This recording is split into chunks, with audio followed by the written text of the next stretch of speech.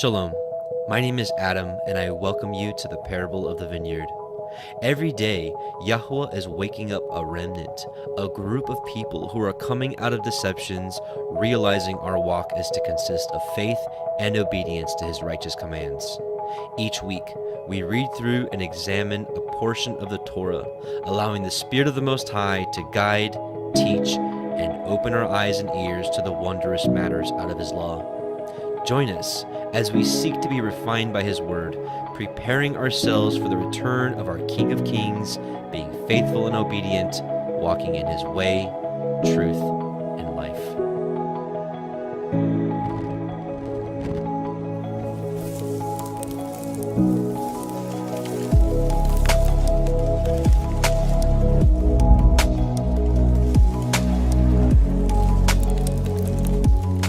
Shabbat Shalom, brothers and sisters. Welcome back to the Parable of the Vineyard YouTube, a live stream of the Torah portion. This is week 42, Matot, and we're going to be going through Deuteronomy. We're not there yet. In 2 weeks, we'll be there in Deuteronomy. We're going to be through Numbers 30, verse 2 through 32, 42, talking a lot about vows, revenge on Milyen, and about army for war to gain the rest of the inheritance of the land of Canaan. So, a lot to discuss tonight. Let's start with prayer. Heavenly Father, O Yahuah, we come before you. We bless you and thank you for all things you've created in this world for us. We thank you for sending your Son, Messiah, Yahusha, your word, which is a lamp to our feet and forgiveness of our sins. We thank you so much for Shabbat and opening our eyes to the wondrous matters out of your Torah. We pray that you continue to refine us, and that you'd glean from us, and that you'd glean off the bad things off of us, or tear off the bad things off of us, that we could walk in spirit and in truth in your amazing Torah. We bless you and thank you, and we are longing to be with you for the rest of our lives. In Yahusha's name, hallelujah, amen, Shabbat Shalom. Shofar.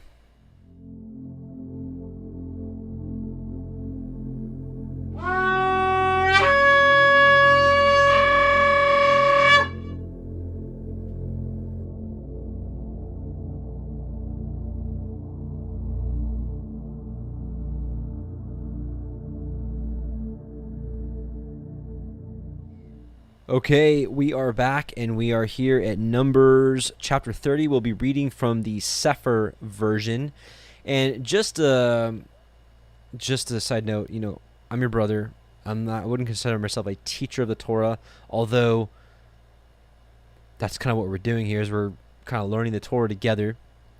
And it's my goal to grow together, because I have a lot of growing to do in the Torah, and I invite you to be my study buddy. So I'm not sitting up here like I'm this Torah teacher and you need to, learn all these things from me. No, it's like, hey, I'm here to learn the Torah, and I've been led to share it online. And so this would be like we're hanging out in my living room talking about Torah, except for right now it's a one-way conversation. So, but you have your say in the comment section, so that'll be your voice on maybe some things that I missed or some things that I might have gotten wrong, because I'm not here to say that I'm infallible. It's not true.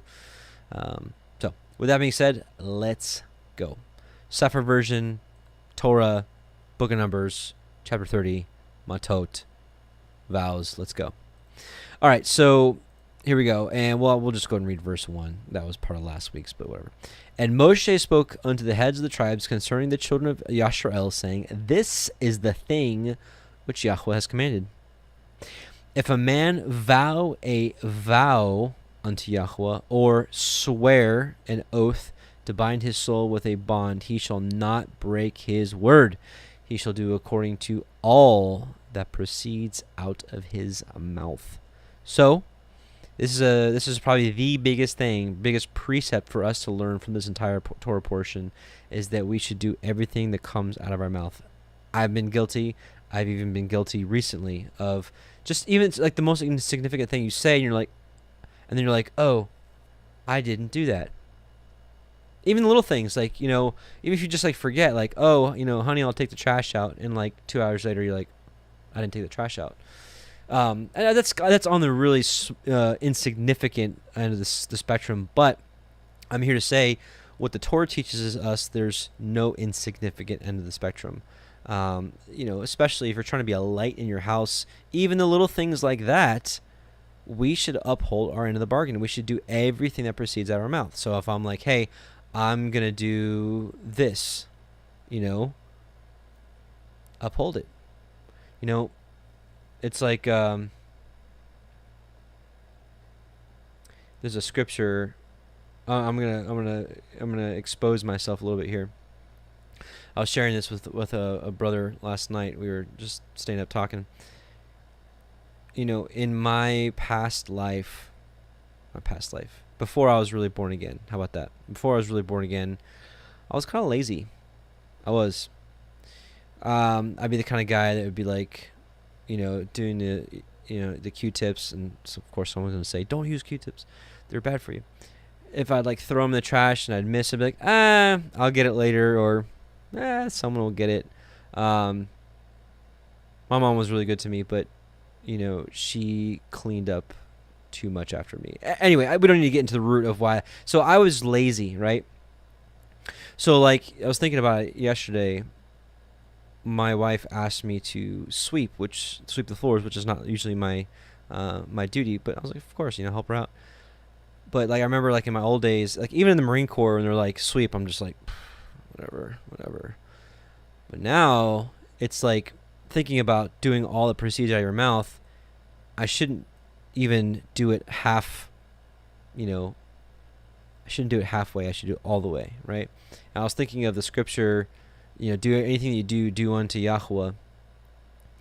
So I was just boasting in Yah yesterday that he changed even someone like me that was lazy. Oh, and I didn't get to the point.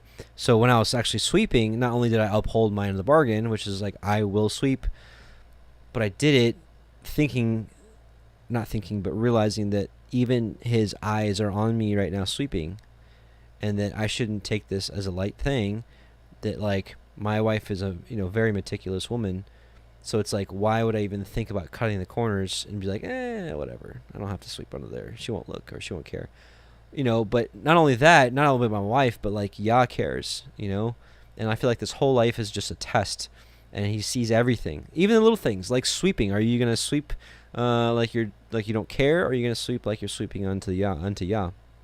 And so I'm challenging myself in even the smallest, which sometimes we know the small things can become large things. Sometimes the small things are actually the big things, because it's like what you do with little, if you're trusted with little, you'll be trusted with much. So it's like, man, I'm going on a really interesting rabbit hole here that I didn't plan on. But I'm boasting in Yah that he took a lazy bones like me that would cut corners. Even in the Marine Corps, I'd still get away with it, Like, how much can I get away with? And because I was lazy, I didn't like cleaning up.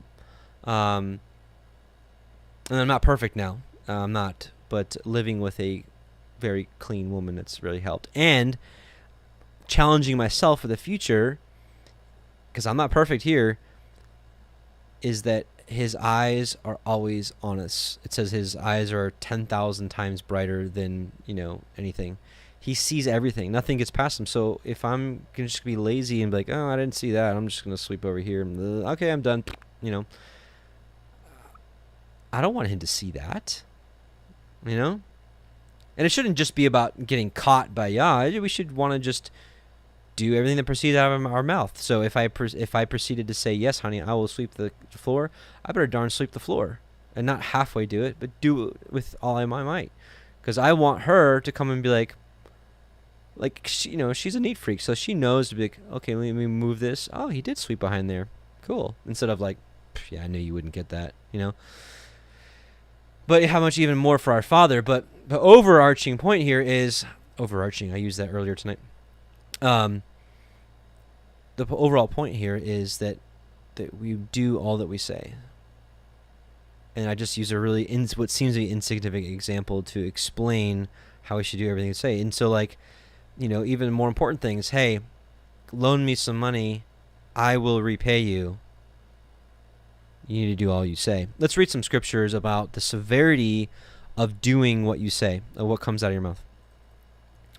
Matthew 12:36 through 37. But I say unto you that every idle word that men shall speak, and women, they shall give account thereof in the day of judgment. That should freak you out of everything you say. Even the little things, even you think the little insignificant things, even the things under your breath, like to your boss, right, or whatever. No more. We gotta be done with that. If we're gonna be Torah followers, we gotta be done with that. For by your words you shall be justified, and by your words you shall be condemned. And think about what it says here. He should do all that proceeds out of your mouth. Think about how Hollywood has taught us how to speak, and let it be known everything I'm about to speak now is for example purposes. So, even though if it's an idle threat, like I'm gonna kill you, even though you're not really thinking, like you're not really telling somebody I'm gonna kill you, but what did your mouth just declare? I'm gonna, right? So that we need to be really watch what we say. And there's some other examples, or I hate you, which we're learning through the scriptures. Hate isn't like necessarily wrong, because Yah hates things, and David hated things, and Yahusha hates things, right? In Book of Revelation, you hate the deeds of the Nicolaitans, which I also hate, right? The world will say hate's a bad word, but think about what you're saying. If you're telling your spouse or somebody, your significant other, I hate you, think about what's proceeding from your mouth. For by your words you shall be justified, and by your words you shall be condemned. Matthew 5:33 through 37. Again, you have heard that it has been said by them of old time, you shall not forswear yourself, but shall perform unto Yahuah your oaths. But I say unto you, swear not at all, neither by heaven, for it is Elohim's throne, nor by the earth, for it is his footstool, neither by Jerusalem, for it is the city of the great king. Neither shall you swear by your head, because you can't make one hair white or black, but you let your communication be yea, yea, nay, nay, for whatsoever is more than these come of evil. So let your communication be yes, no. Instead, what he's saying, instead of yes, I swear by, such and such, it shall be done. He's saying, just stop. Just say yes or say no, right? Because it's better than to not swear at all, or to vow a vow, or to make an oath, rather than to make it and break it. We'll read some more. Deuteronomy 23:21 through 23. When you shall vow a vow unto Yahuah your Elohim, you shall not slack to pay it. For Yahuah your Elohim will surely require it of you, and it would be sin in you. But if you shall forbear to vow, it shall not be sin in you. And that's essentially what Messiah is quoting. He's still quoting Torah, right? He's like, it's better that you wouldn't swear at all than to swear and to break it. That which is gone out of your lips shall you keep and perform, even a free will offering according as you have vowed unto Yahuah your Elohim, which you have promised with your mouth. So if you've promised somebody something, like, hey, I'll bring you that book. Bring it. Do it. Do what you say. So you end up being a trustworthy person, and a person that lives up to the word, someone that they can believe your word. You'd be an honorable, upright, and trustworthy person, not just in the sight of Elohim, but in the sight of men too. We're supposed to be above reproof, even in the sight of men. Ecclesiastes 5:2 through 7. Be not rash with your mouth. Don't be hasty, quick with your mouth. And let not your heart be hasty or rash. I'm sorry, rash is, let me get a better definition for rash for you, sorry. Oh, rash.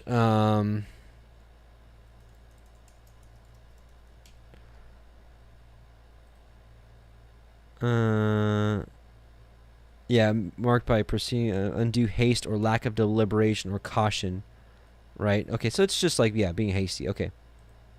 Yeah, be not rash with your mouth, and let not your heart be hasty to utter anything before Elohim.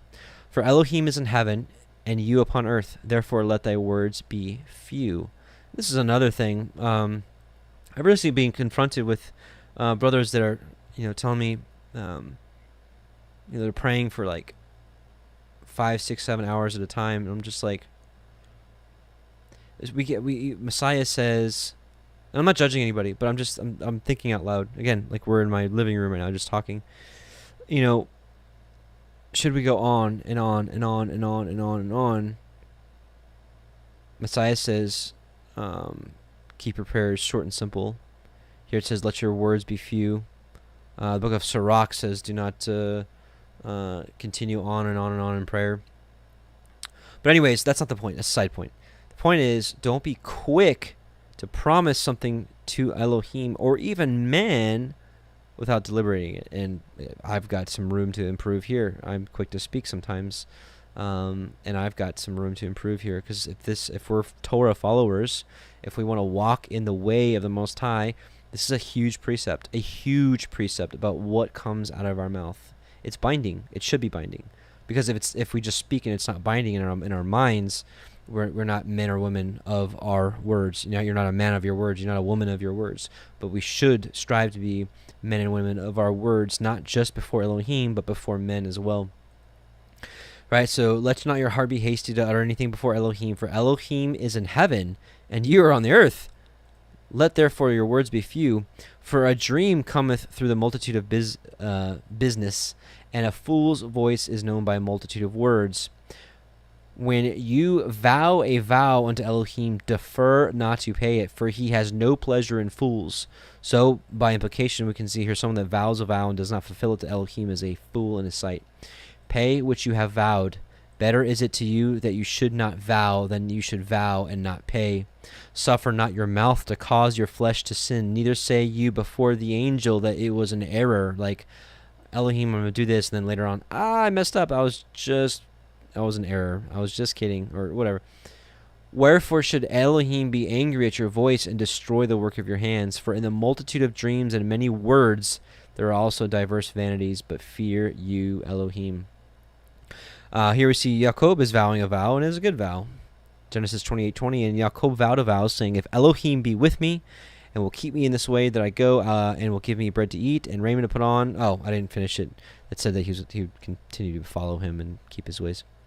Luke 6:45, actually, I don't even know why I put those in here. We're going to move on.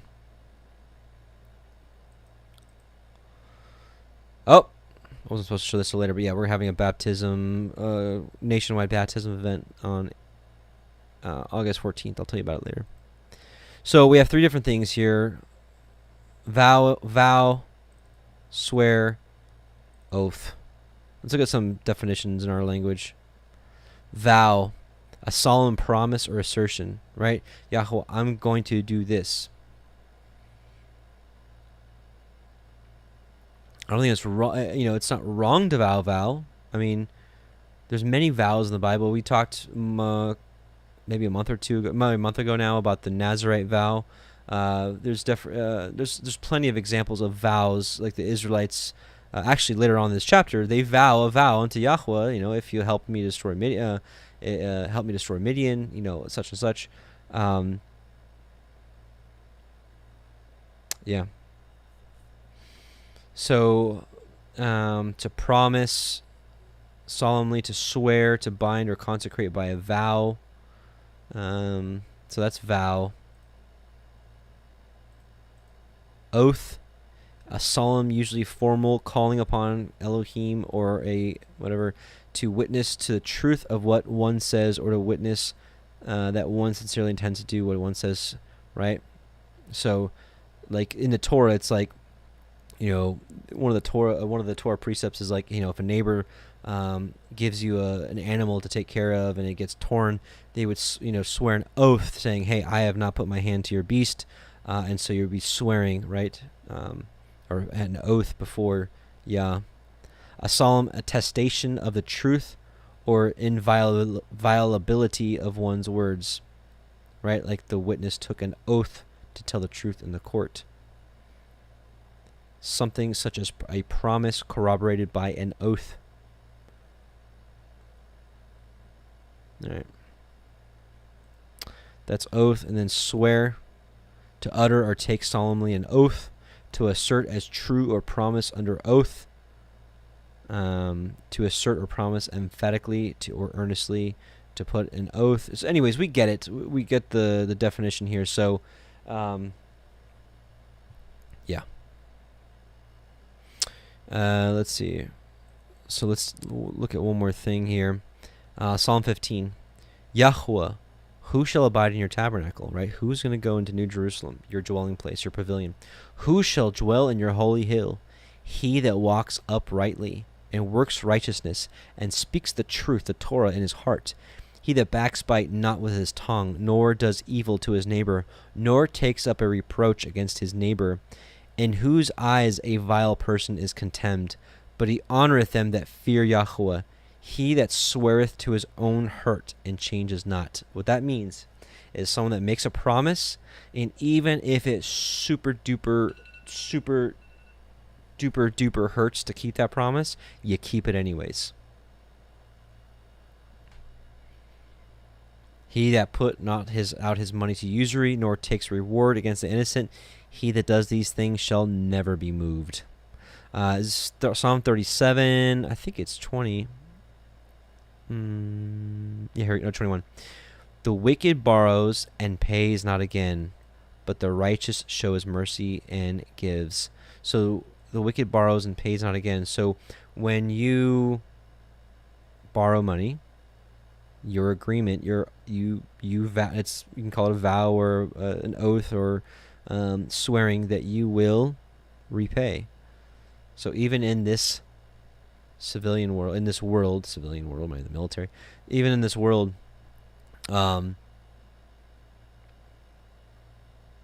we should repay what's we've either sworn by our mouth or by, in our days, by your signature.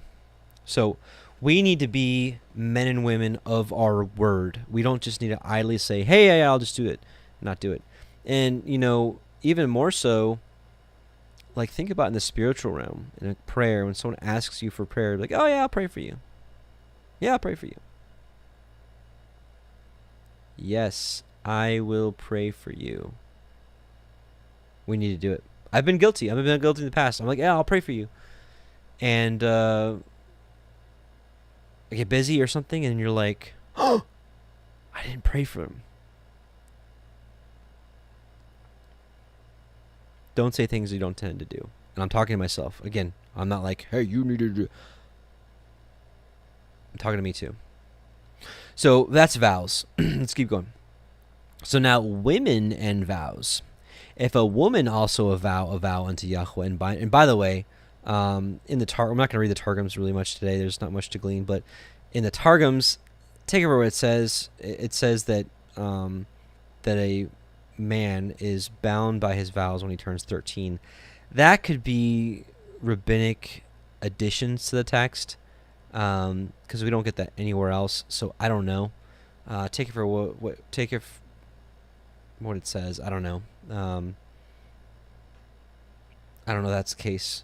I personally always thought it was 20 years old that a boy became a man and was responsible for himself. I don't know, maybe because it was the age of entering into the army of Yahuwah. I'm not sure. Anyways, getting off topic. So if a woman also vows a vow unto Yahuwah and bind herself by a bond, being in her father's house in her youth, and her father hear her vow and her bond wherewith she has bound her soul, and her father shall hold his peace at her, then all her vows shall stand, and every bond wherewith she has bound her soul shall stand. So here is saying that a girl in her father's household, if she vows a vow, if he doesn't say anything, the vow stands. But if her father disallow her in the day that he hears not any of her vows, or of her bonds wherewith she has bound her soul, shall stand, and Yahuwah shall forgive her, because her father disallowed her. So the father has the right to annul, to break a vow that his daughter's made. And if she had at all a man when she vowed, or uttered out aught of her lips wherewith she bound her soul, and her man heard it, and held his peace at her in the day that he heard it, then her vows shall stand, and her bonds wherewith she bound her soul shall stand. But if her man disallowed her on the day that he heard it, then he shall make her vow which she vowed, that which she uttered with her lips, wherewith she bound her soul, of no effect, but Yahuwah shall forgive her. But every vow of a widow and of her that is divorced, wherewith they have bound their souls, shall stand together. And if she vowed in her man's house, or bound her soul by a bond with an oath, and her man heard it, her husband heard it, and he held his peace at her, and disallowed her not, then all her vows shall stand, and every bond wherewith she bound her soul shall stand. But if her man has utterly made them void on the day he heard them, then whatsoever proceeded out of her lips concerning her vows or concerning the bond of her soul shall not stand. Her man has made them void, and Yahuah shall forgive her. So here it is. We have the man has authority over the woman to be like, no, you can't do that. Every vow and every binding oath to afflict the soul, her man may establish it, or her man may make it void. But if her man altogether hold his peace at her from day to day, then he establishes all her vows or all her bonds which are upon her, if he confirms them, because he held his peace at her in the day that he heard them. And this is actually kind of is something to really glean from. If we hear something and we don't speak up, you're confirming it in your silence. So if someone says something evil and you don't say anything in contrary to it, in a sense, you are confirming it.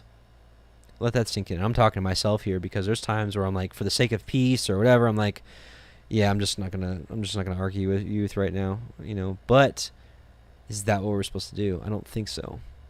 So I'm kind of correcting myself right now. But if he shall in any ways make them void after that he has heard them, then he shall bear her iniquity. These are the statutes which Yahuah commanded Moshe between a man and his woman, his wife, between the father and his daughter being yet in her house, in her father's house. So why is it that the man has the ability to break a vow that a woman has made? And this is another Torah precept. We have grown up in a society where not only we've grown up in a society where females are starting to dominate. This feminist spirit, this feminist agenda, feminizing men and masculinizing women, and for women to take the dominating role. You see it in I stopped watching TV shows a long time ago, but you were even seeing this 10 years ago, where the woman would be the stronger personality and the man would just be like, okay, honey, yes, honey, okay, whatever you say, or, and I'm not saying that the wife can't give your husband good advice. Don't get me wrong. My wife gives me excellent advice on many occasions. But overall, there needs to be the correct structure and order in the home. Let's read it. Start in the beginning, very first couple pages of our scriptures. Genesis 3:16. To the woman he said, I will greatly multiply your pain in childbearing. In pain you shall bring forth children. Yet your desire shall be for your husband, and he shall rule over you. Here's the Strongs for rule, masal. To rule, to have dominion, to reign, exercise dominion, right? Because here's the thing. Here's facts. Here's human nature facts. When you have two people, one person will naturally be more dominant than the other. One will take control over the other. And so if Yahuah didn't set this precedence, it would be kind of chaotic in the household. He gave authority over the household with the man. Some of you women out there, you may not like this. You may not like what I'm saying. Like, Adam, you're a chauvinist pig. And Adam, that's not how it's supposed to be. We should be equals. Yes, equal in the household, but the man has the ultimate say. Has the authority in the house. It has to be that way. That's how that's not me. You're not going to be arguing with me. You're going to be arguing with Yahuah. He shall rule over you. The man shall have the rule in the household. That's how he ordained it. But it shouldn't be an iron fist rule, because I've seen some men, even in the Torah walk, that rule their household with an iron fist. And I don't think that's what he's called us to do, husbands. Yeah, you have the authority, but we saw what kind of authority Messiah ruled with.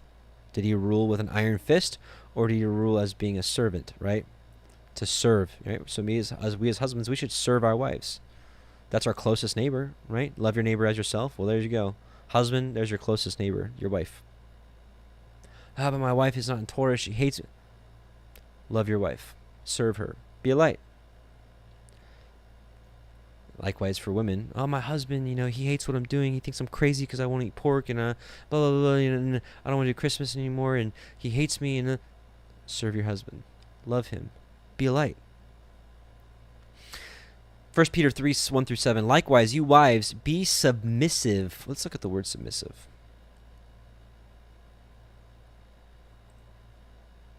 Incline or ready to submit or yield to the authority of another, unresistingly or humbly obedient, marked by or indicating submission or yielding to the authority of another. We're not going to read the last one. That's gross.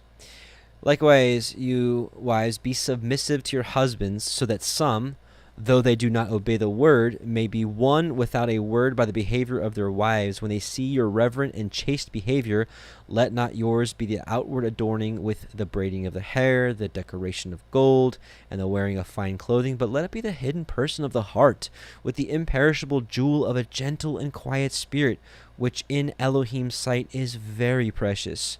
So once the holy women who hoped in Elohim used to adorn themselves and were submissive to their husbands, as Sarah obeyed Abraham, calling him Lord. But we also see in their household, Sarah gave advice, and Abraham was like, okay, let's do it. Right? So this isn't like a authoritarian thing where the wife has no say in your household and you're just a big old meanie in your house, like, you're the woman, I'm the man. What I say goes. That's not what he's asking us to do.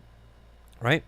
So as Sarah obeyed Abraham, calling him Lord, and you are now her children if you do right and let nothing terrify you. Likewise, you husbands, live considerately with your wives, bestowing honor upon the woman as the weaker sex, since you are joint heirs in the grace of life, in order that your prayers may be not hindered. Ephesians 5, 21 through 33, be subject to one another out of reverence for Messiah. Wives, be subject to your husbands as to the Adonai. For the husband is the head of the wife, as Mashiach is the head of the church. There is structure, there's order. The Father, the Son, the church.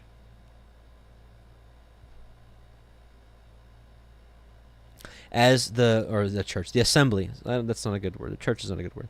The assembly is subject to Mashiach, so let your wives also be subject in everything to their husbands. Husbands, love your wives. Don't be big old meanies in your house. Don't be like as a lion in your home, as the book of Sirach says. Don't be as a lion in your home.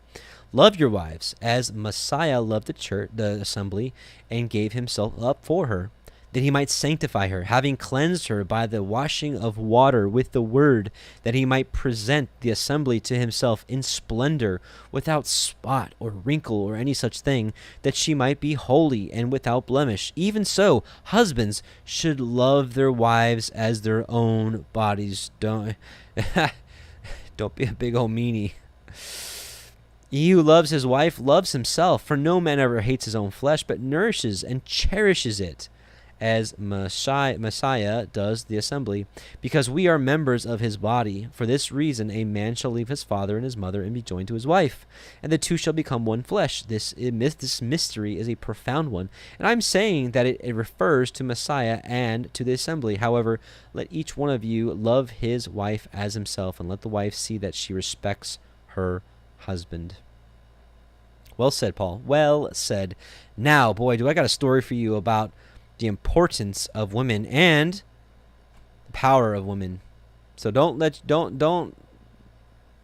think that Yah is just some chauvinist pig and like just hates women and men are here and women are down here. That's not how it is. First Esdras 3:17 through 47. Here we have, this is in Babylon, and you have Zerubbabel going about with some of the other bodyguards of the king, and they're having a discussion, kind of an argument, but they're like, let's do a formal discussion in front of the king, and the king will decide who's the winner of this debate. There you go. And they said to them, explain to us what you have written.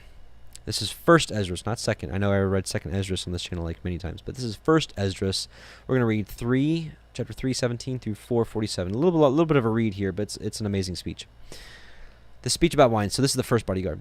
Then the first, who had spoken of the strength of wine, began and said, gentlemen, how is wine the strongest? Their argument was, what's the strongest thing on the earth?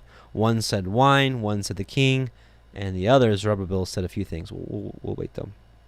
Gentlemen, how is wine the strongest? It leads astray the minds of all who drink it. It makes equal the mind of the king and the orphan, of the slave and the free, of the poor and of the rich. It turns every thought to feasting and mirth, and forgets all sorrow and debt. It makes all hearts feel rich, forgets kings and satraps, and makes everyone talk in millions. When men drink, they forget to be friendly with friends and brothers, and before long they draw swords. And when they recover from the wine, they do not remember what they have done. Gentlemen, is not wine the strongest, since it forces men to do these things? When he had said this, he stopped speaking. The second, who had spoken of the strength of the king, began to speak. Gentlemen, are not men strongest, who rule over land and sea and all that is in them? But the king is stronger. He is their Lord and Master, and whatever he says to them, they obey. If he tells them to make war on one another, they do it. And if he sends them out against the enemy, they go and conquer mountains and walls and towers. They kill and are killed and do not disobey the king's command. If they win the victory, they bring everything to the king, whatever spoil they take and everything else. Likewise, those who do not serve in the army or make war, but till the soil, whenever they sow, reap the harvest and bring some to the king, and they compel one another to pay taxes to the king. And yet he is only one man. If he tells them to kill, they kill. If he tells them to release, they release. If he tells them to attack, they attack. If he tells them to lay waste, they lay waste. If he tells them to build, they build. If he tells them to cut down, they cut down. If he tells them to plant, they plant. All of his people and his armies obey him. Moreover, he reclines, he eats and drinks and sleeps, but they keep watch around him, and no one may go to attend his own affairs, nor do they disobey him. Gentlemen, why is not the king the strongest, since he is to be obeyed in this fashion? And he stopped talking. Then the third, that is Zerubbabel, who had spoken of women and truth, began to speak. Gentlemen, is not the king great, and are not men many, and is not wine strong? Who then is their master? Who is their lord? Is it not women? Women gave birth to the king and to every people that rules over sea and land. From women they came, and women brought up the very men who plant vineyards from which comes wine.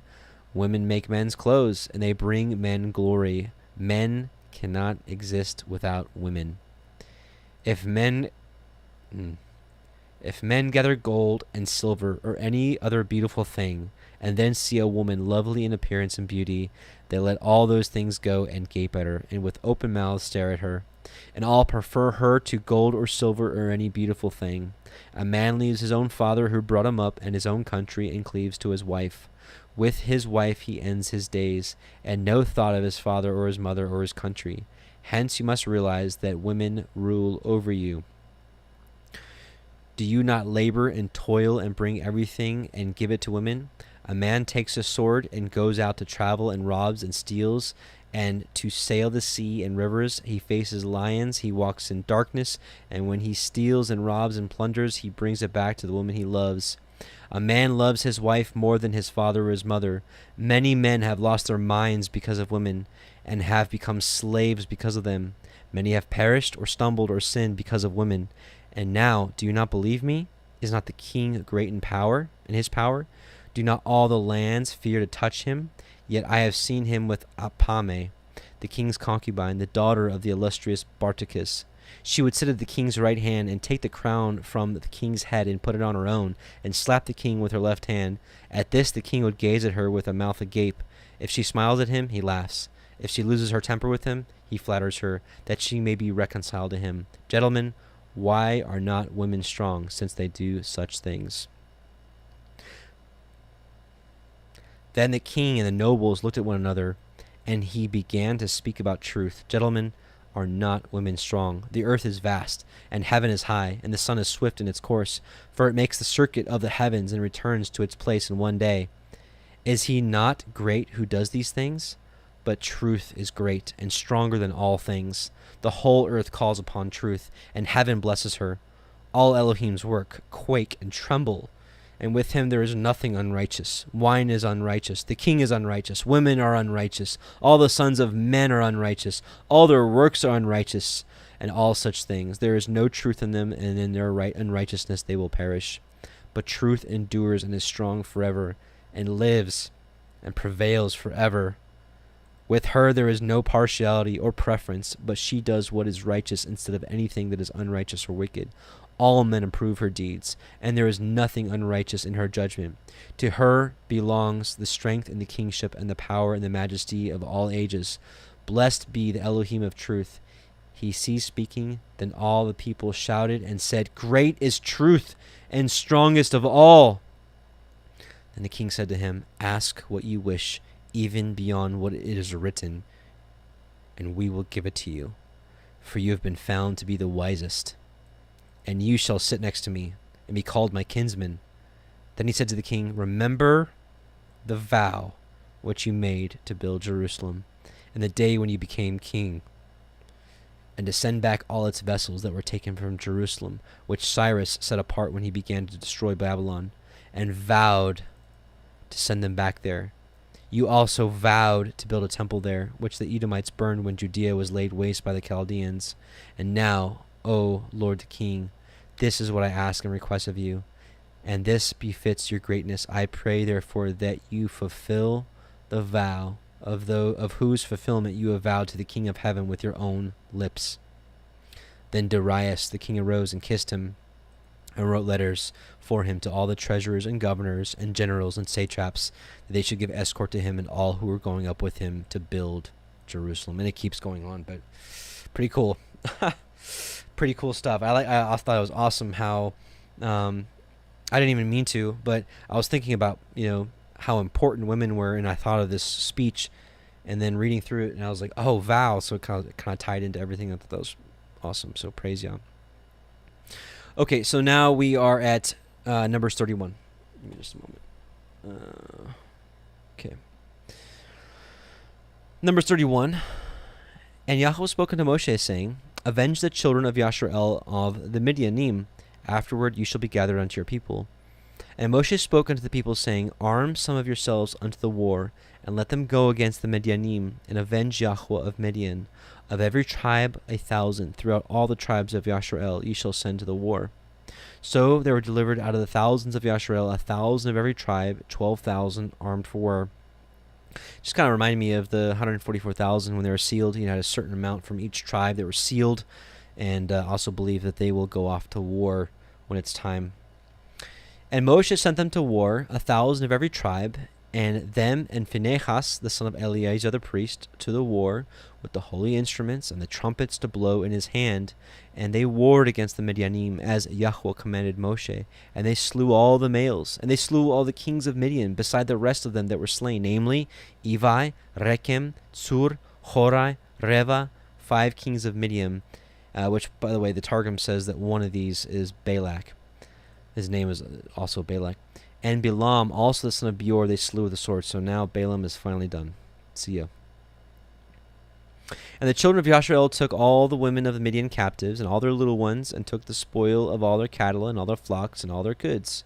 And they burnt all their cities wherein they dwelt, and all their goodly castles with fire. And they took all the spoil, and all their prey, both of men and beasts. And they brought the captives, and the prey, and the spoil unto Moshe and Eleazar the priest, unto the assembly of the children of Yashrael, unto the camp at the plains of Moab, which are by the Yarden, the Jordan, near Jericho. And Moshe and Eleazar the priest, and all the princes of the assembly, went forth to meet them without the camp. And Moshe was wroth with the officers of the host, with the captains over thousands, the captain over hundreds, which came from the battle. And Moshe said unto them, Have ye saved all the women alive? Behold, these caused the children of Yashrael, through the counsel of Balaam, to commit transgression against Yahuah in the matter of Peor. And there was a plague among the assembly of Yahuah. Now therefore kill every male among the little ones, and kill every woman that has known man by lying with him.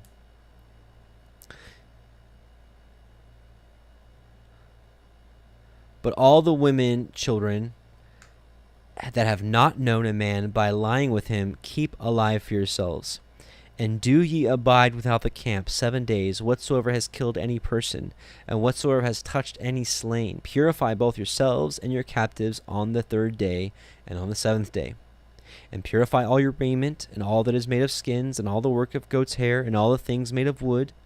And Eleazar the priest said unto the men of war which went to the battle, This is the ordinance of the Torah which Yahuah commanded Moshe. Only the gold and the silver and the brass, the iron, the tin and the lead, everything that may abide the fire, you shall make to go through the fire, and it shall be clean. Nevertheless, it shall be purified with the water of separation, and all that abides not the fire you shall make go through the water. And you shall wash your clothes on the 7th day, and you shall be clean, and afterward you shall come into the camp. And Yahuah spoke unto Moshe, saying, Take the sum of the prey that was taken, both of man and of beast, you and Eleazar the priest, and the chief fathers of the assembly. And divide the prey into 2 parts, between them that took the war upon them who went out to battle, and between all the assembly. And levy a tribute unto Yahuah of the men of war which went out to battle, 1 soul of 500, both of the persons and of cattle, and of the asses and of sheep. Take it of their half, and give it unto Eleazar the priest for a heave offering to Yahuah of Yahuah. And the children of Yasharel's half you shall take 1 portion of 50 of the persons of the cattle, of the asses, of the flocks, of all manner of beasts, and give them unto Leviim, which guard the watch of the tabernacle of Yahuah. You know, one thing I meant to say earlier is, you know, some people say that you know, Yah is just gruesome in the Torah and just, you know, bloodthirsty. We have to realize that these tribes that he told to utterly annihilate, you know, they had a lot of mixing of the giant DNA. There's still the same mixing of, you know, when the Watchers came down and mated with women, and boy, these giants, their bloodlines were mixed with this giant DNA that didn't belong on earth. It was not part of his creation. So it's Yah's right, as the gardener, he can take out whatever weeds he wants to. And you'd be like, you know, we're so conditioned to think of humanity. It's not about humanity, it's about him. We've had a really backwards concept. It's about him. We're his creation. We're the work of his hands. He can do as he wills. So if something's not supposed to be in his creation, he can do as he wills. He can utterly annihilate them if he wants to. A lot of atheists and other people like to poke fun at the scriptures because Yah's like, go kill every man, woman, child. And you're like, we have to recognize that these sinful nations got what's coming to them. And the book of Jubilees is very important. I think it's chapter 7. It's either 7 or 10. I think it's 7, actually. It says that Noah gave to his 3 sons all the commandments, the statutes, everything. So when, you know, the other nations went off and started, you know, multiplying, it only took like a few generations, and they're like, phooey, we're done with that. That's not Yah's fault. His judgment is true, and his righteousness is true, and his justice is true. And Moshe and Eleazar the priest did as Yahuah commanded Moshe. And the booty, being the rest of the prey which the men of war had caught, was 600,000 and 70,000 and 5,000 sheep, and 312,000 cattle, and 312,000 asses, and 32,000 persons in all, of women that had not known man by lying with him. And the half, which was the portion of them that went out to war, was in the number 300,000 and 7 and 30,000 and 500 sheep. And Yahuah's tribute of the sheep was 615. And the cattle were 36,000, of which Yahuah's tribute was 312. And we'll find out here that when it's Yahuah's tribute, he gives it unto the priests, right, for their due service, for the Levites, for their service. And the asses were 30,500, of which Yahuah's tribute was 301. And the persons were 16,000, of which Yahuah's tribute was 32 persons. And Moshe gave the tribute, which was Yahuah's heave offering, unto Eleazar the priest, as Yahuah commanded Moshe. Right? So, just as people that labor over the word today and teach the word should be worthy of some sort of due or maintenance, that's how how it was back then. It's how it is now. And the children of Yasharel's half, which Moshe divided from the men that warred. Now the half that pertained unto the assembly was 300,000 and 30,000 and 7,500 sheep, and 36,000 cattle. That's a lot of cows, wow. And 30,000 asses and 500 sheep, and 16,000 persons. Even of the children of Yasharel's half, Moshe took 1 portion of 50, both of man and beast, so 1/50th, both of man and beast, and gave them unto the Leviim, which did guard the watch of the tabernacle of Yahuah, as Yahuah commanded Moshe. And the officers, which were over thousands of the host, and the captains of thousands, the captains of hundreds, came near unto Moshe. And they said unto Moshe, Your servants have taken the sum of the men of war which are under our charge, and there lacks not one man of us. We have therefore brought an oblation for Yahuah, what every man has gotten of jewels, of gold, of chains, of bracelets, of rings, and earrings, and tablets, to make an atonement for our souls before Yahuah. And Moshe and Eleazar the priest took the gold of them, even all wrought jewels, and all the gold of the offering that they offered up to Yahuah of the captains of thousands and the captains of hundreds was 16,750 shekels. For the men of war had taken the spoil, every man for himself. And Moshe and Eleazar the priest took the gold of the captains of thousands and hundreds and brought it to the tabernacle of the assembly for a memorial for the children of Yisrael before Yahuah. So it's amazing. It's amazing. Everyone was distributed as needed. Everyone got what they needed, and we saw that like in the book of Acts, where when they got together, people sold things and they gave to others as as was needed. So the whole flock of Yah was taken care of, and that's how it should be. Okay, chapter 32. We're gonna kind of just read through this. I've got just a few notes on it, but really, the bulk of tonight's study was vows. What comes out of your mouth, do what comes out of your mouth. So, Numbers 32. Now the children of Reuben and the children of Gad had a very great multitude of cattle.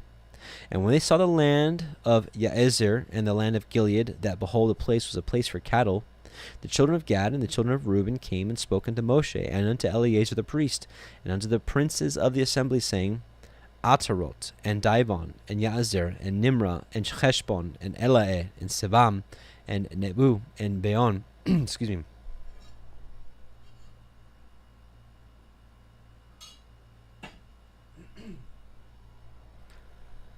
Even the country which Yahuah smote before the assembly of Yisrael is a land for cattle, and your servants have cattle. Wherefore, said they, if we have found grace in your sight, let this land be given unto your servants for possession. And bring us not over the Yarden. So here they're kind of being selfish. They're like, we got our inheritance. Can we just chill? Can we just hang out here? And Moshe said unto the children of Gad and to the children of Reuben, shall your brethren go to war and you sit here? And wherefore discourage the heart of the children of Yisrael from going over into the land which Yahuah has given them. Thus did your fathers when I sent them from Kadesh Barnea to see the land. Right, when he sent the 12 spies.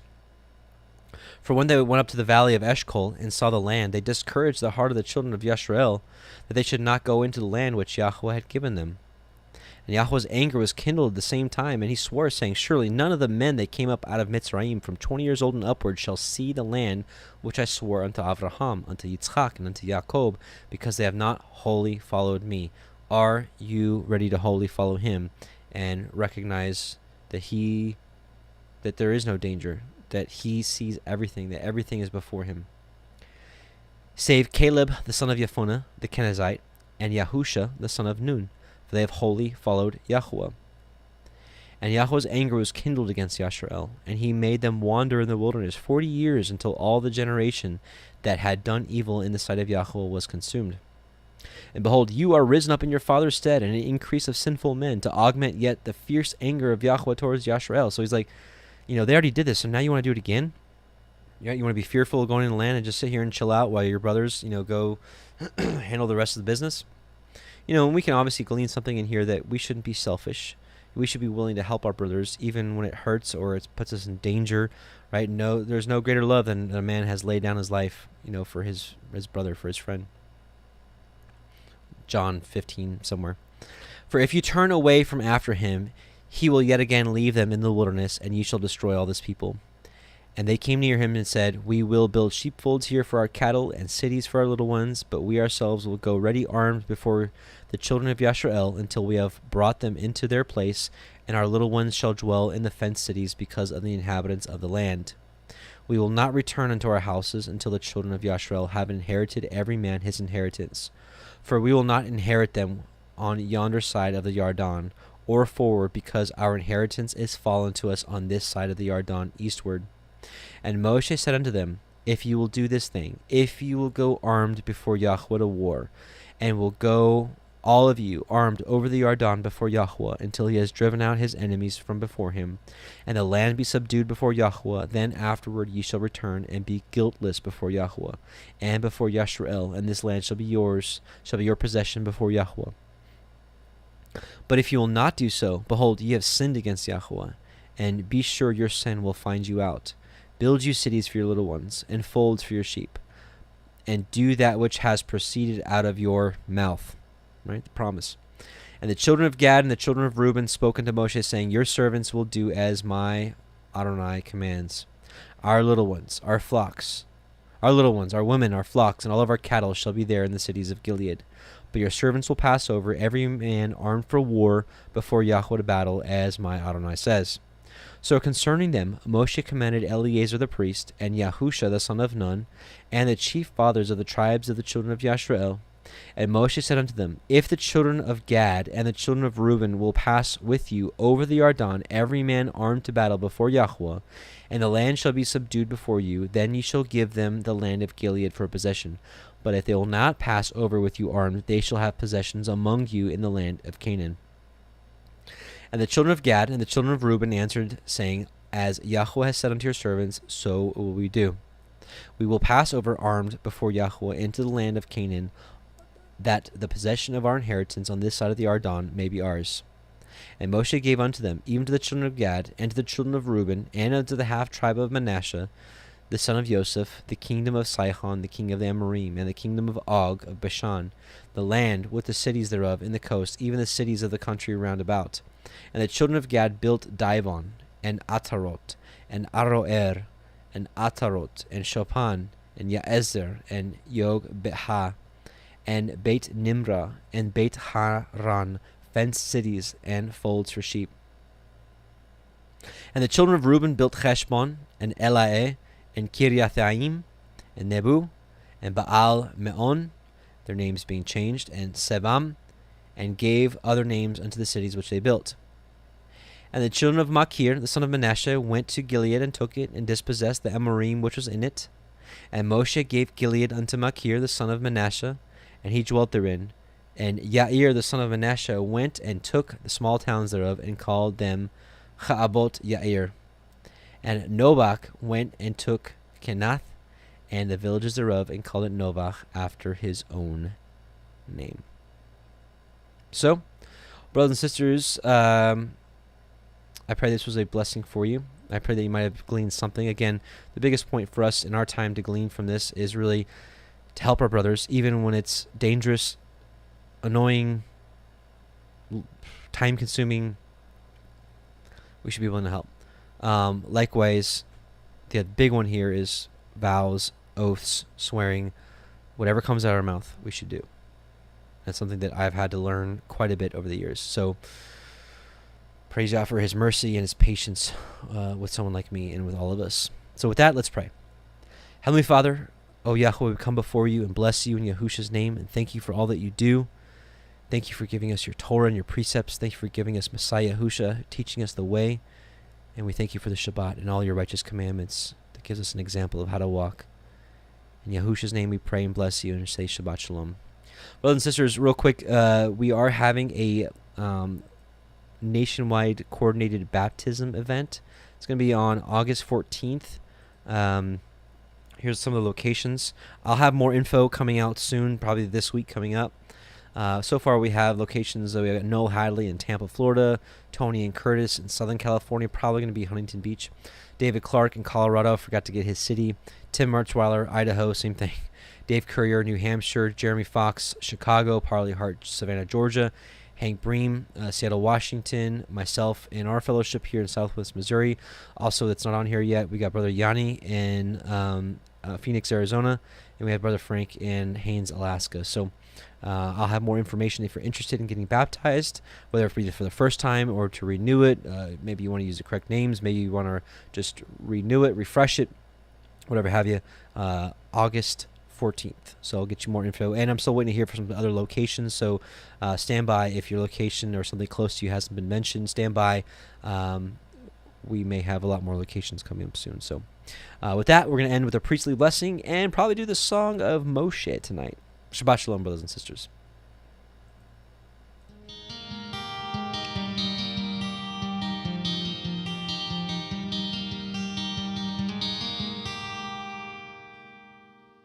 יברכך יחוה וישמרך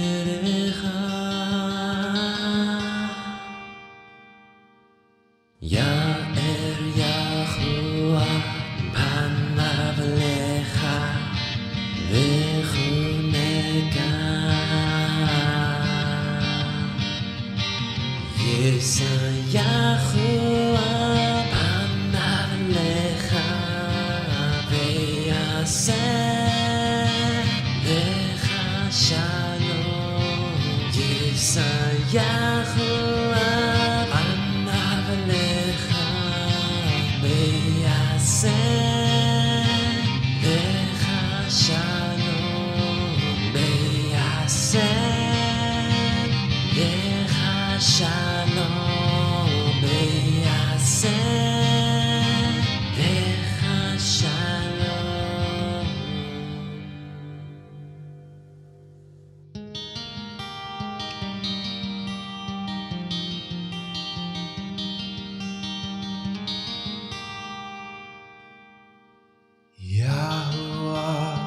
bless you and keep you.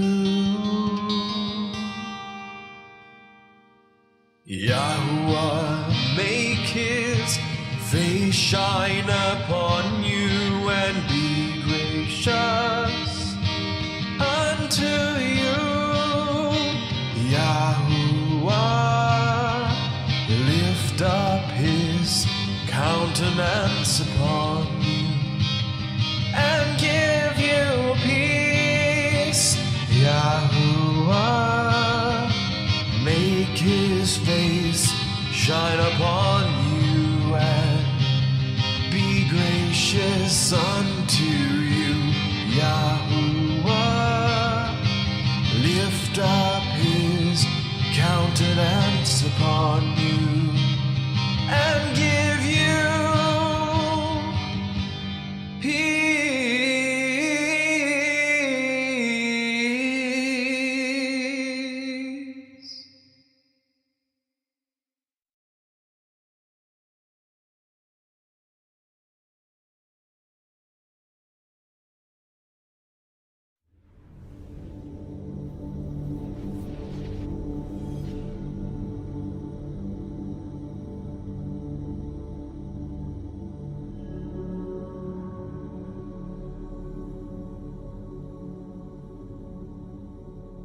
I sing to Yahuah, for he is highly exalted.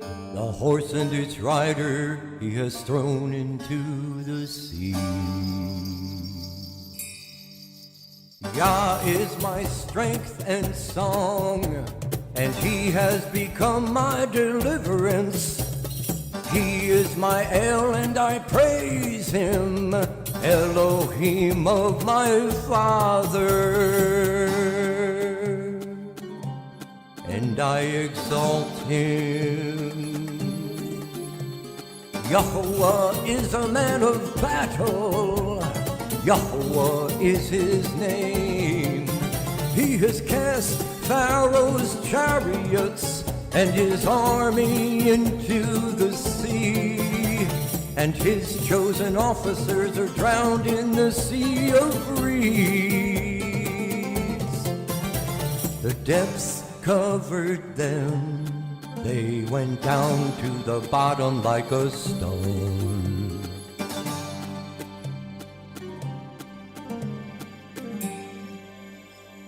Your right hand, O Yahuah, has become great in power. Your right hand, O Yahuah, has crushed the enemy. And in the greatness of your excellence, you pulled down those who rose up against you. You sent forth your wrath, it consumed them like stubble. And with the wind of your nostrils, the waters were heaped up. The floods stood like a wall, the depths became stiff in the heart of the sea. The enemy said, I pursue, I overtake, I divide the spoil, my being is satisfied on them. I draw out my sword, my hand destroys them. You blew with your wind, the sea covered them, they sank like lead in the mighty waters. Who is like you, O Yahuah, among the mighty ones? Who is like you, great in Kodeshah, awesome in praises, working wonders? You stretched out your right hand, the earth swallowed them. In your kindness, you led the people whom you have redeemed. In your strength, you guided them to your Kodesh dwelling. Peoples heard, they trembled. Anguish gripped the inhabitants of Pelasheth. Then the chiefs of Edom were troubled, the mighty men of Moab. Trembling grips them, all the inhabitants of Canaan melted. Fear and dread fell on them by the greatness of your arm. They are as silent as a stone. Until your people pass over, O Yahuwah. Until the people whom you have bought pass over.